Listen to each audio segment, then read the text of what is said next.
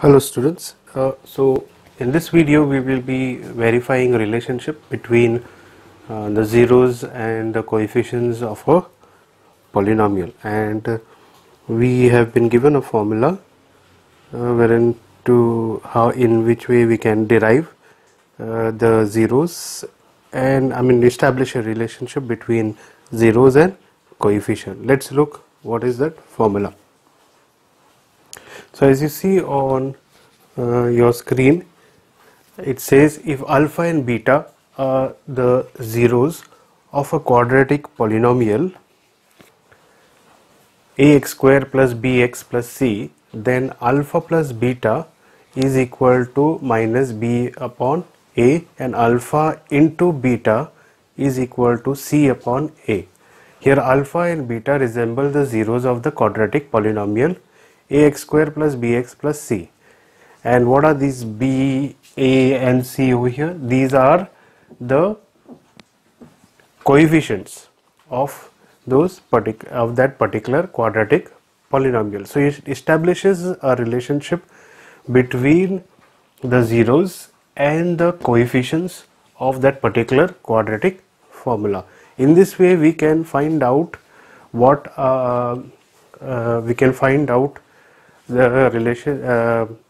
establish a relationship between the quadratic formula the zeros of the quadratic polynomial and also the coefficients. Let's solve some examples to understand, and let's see how we can use these two formulas in solving and establishing the relationship.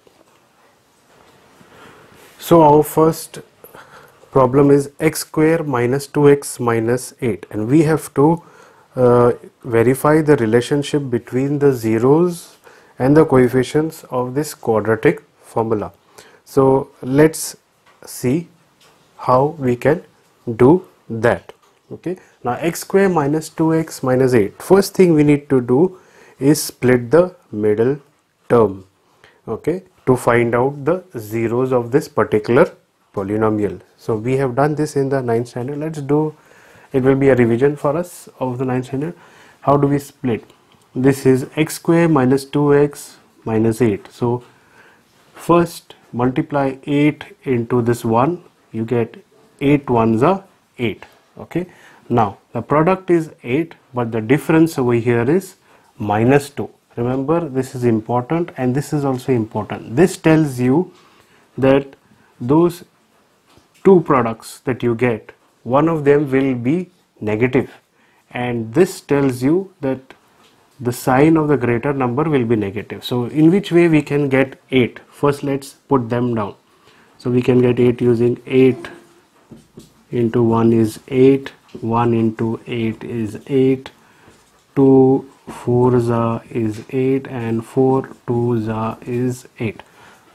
Don't think there is anything more that we can get 8 from. So definitely 8 plus 1 or 8, since we have a minus sign, that means there has to be a minus sign in between. So 8 minus 1 gives you 7. We need to get 8. So we rule this out and we rule this out as well. Next, 2 into 4, 8 and 4. If the difference between the two definitely gives us 2, but that is 2 minus 4 will give us minus 2 and 4 minus 2 will give us 2, but we need minus 2. So which one will give us? 2 minus 4 gives us minus 2 and 4 minus 2 gives us 2. So definitely it is this one. So we say x square plus 2x minus 4x minus 8. Okay, x square plus 2x, so we put an equal to sign here. Do not forget the equal to sign, that establishes a continuity with your original problem. Then we take common between these two and these two. Between these two, what is common? X. What remains is, if you take out x from here, x remains. If you take out x from here, only 2 remains. Here what is common? 4 is common. 4 2s are 8, so we can definitely take out 4, but there is also a negative sign that is common to both. So we take out a negative sign and we take out 4. So what remains? If you take out negative, positive remains. So, and since we have taken out 4, only x remains. Here we have taken out negative sign, so positive sign remains. And here we have taken out 4, so only 2 remains. So 4 2s are 8. Minus 4 into plus 2 gives you minus 8 back. So this is what we are remain with. Now we take what is common. X plus 2 is common to both. We take that aside and we are left with x and minus 4. So that is x minus 4. So now these are the zeros of the quadratic polynomial x square minus 2x minus 8. So how do we get the zeros from here? We just put x plus 2 equal to 0 and x minus 4 equal to 0.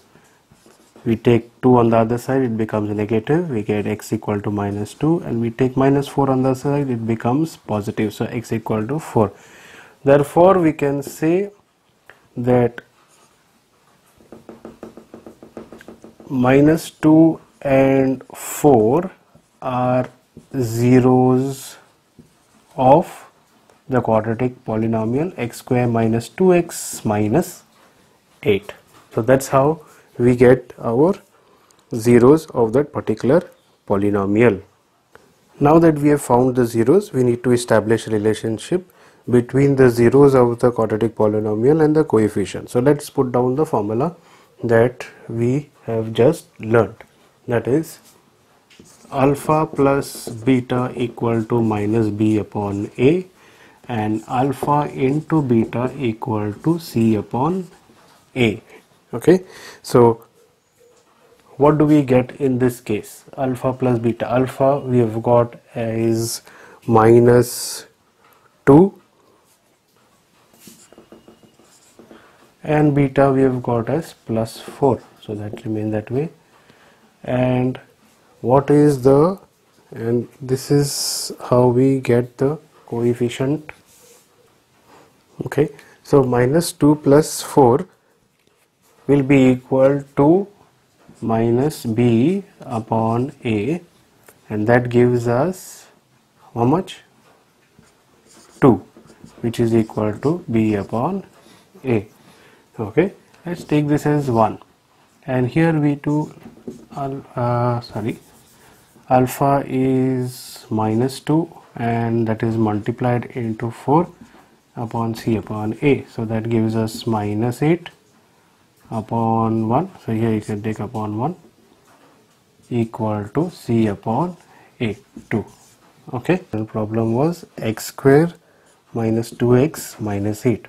Okay, and this coefficient of x square, this can be, coefficient of x square was what? 1. So a was equal to 1. Coefficient was x was what? Minus 2. So b was equal to minus 2, and coefficient of c was what? Minus 8. Okay, now have a look at this. We have got a is equal to 1, we've got b is equal to minus 2, so we've got 2. So since this negative sign is there, we can say b is equal to minus 2, and c we've got equal to minus 8. Okay, so we have got the coefficients of this thing. Okay, so we can also write this, instead of writing it this way, we can also put it down as coefficient of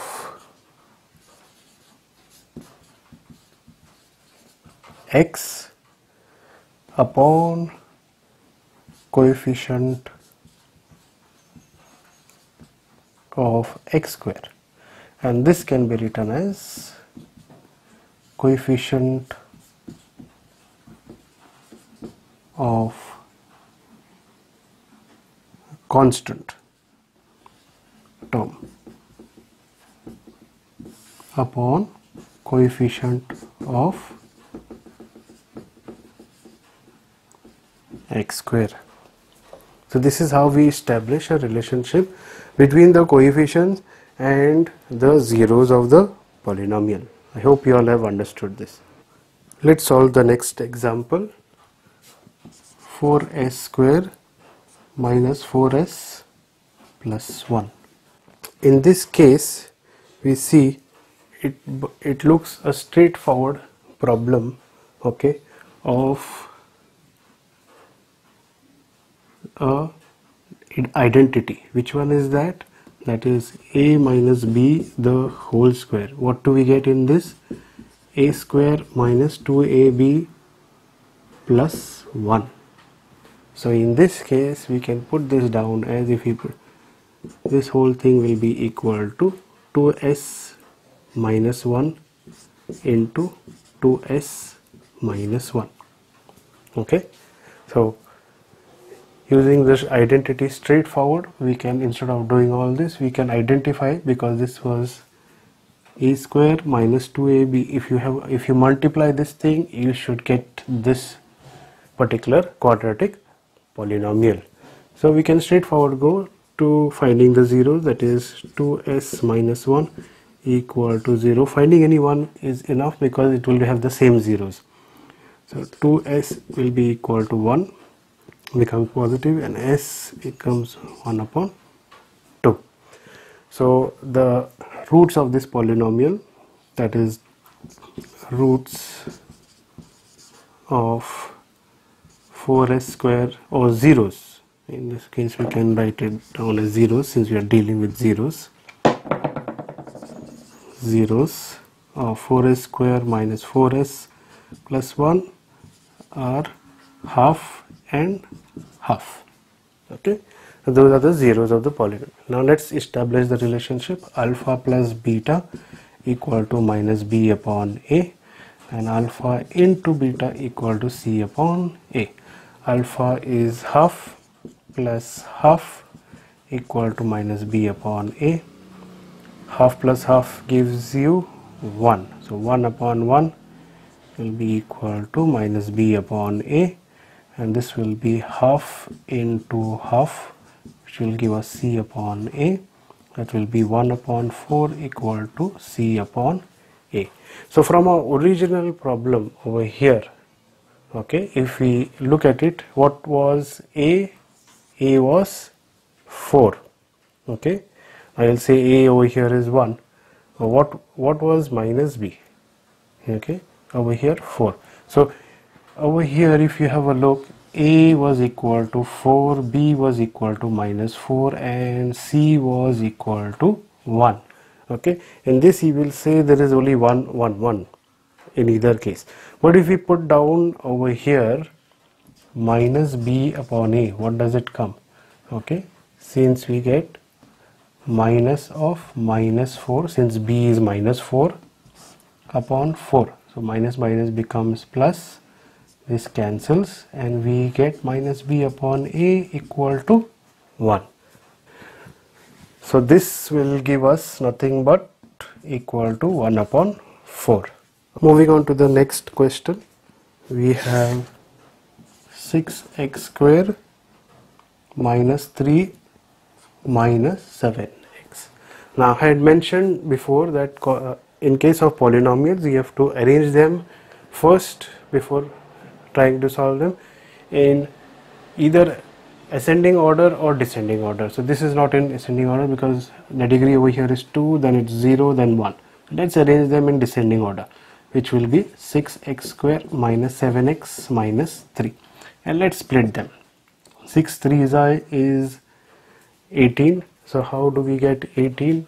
We can get it through 6 into 3, 3 into 6, or we can get into 18 into 1, 1 into 18, or 2 into 9, or 9 into 2. Well, the difference over here is 7. So this is ruled out because 6 minus 3 we don't get a 7. The fact that it is negative over here, that means one of the signs over here has to be negative. And since negative, the middle term is negative, this shows the sign of the greater number is also negative. So this is ruled out, this is ruled out, this is ruled out, this is ruled out, and we get this. It can't be 9 minus 2 because the sign of the greater number is minus. So it has to be 2 minus 9. So 6x square, okay, plus 2x minus 9 minus 3x over here. Okay, I'll just write it down again. Minus 9x minus 3. What is common between the two? There is definitely 2 common and there is x common. So x.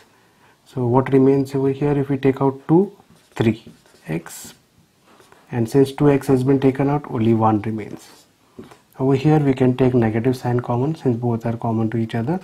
And we can take out 3 because it's common to both these terms. So 3. What remains here if you take out 3? 3x. And what remains here if you take out minus 3? Plus 1. So if you plus 1, 3x plus 1 are common terms, we take them separately. What remains behind is 2x minus 3. 2x minus 3. Now for the zeros, 3x plus 1 equal to 0 and 2x minus 3 equal to 0. This comes to 3x equal to minus 1, x will be equal to minus 1 upon 3, and this will be 2x equal to 3, x will be equal to 3 upon 2. So we have found out the zeros. So minus 1 upon 3 and 3 upon 2 are zeros of 6x square minus 7x minus 3. Now we need to establish a relationship between alpha and beta. So first we'll list down what was A, B and C over here. Okay, I'll just erase a small part over here so we can solve those. Let's list down what was A, B and C. So it helps us. A was 6, B is minus 7 and C is minus 3. Now list them down over here. Alpha plus beta equal to minus B upon A. Alpha into beta is equal to C upon A. So here they have been put down, minus 1 upon 3 plus 3 upon 2, because these are the two roots we've got, and here we have put them down as a product. So over here if we take the LCM, common denominator, we will get minus 2. For your benefit I'll just do once.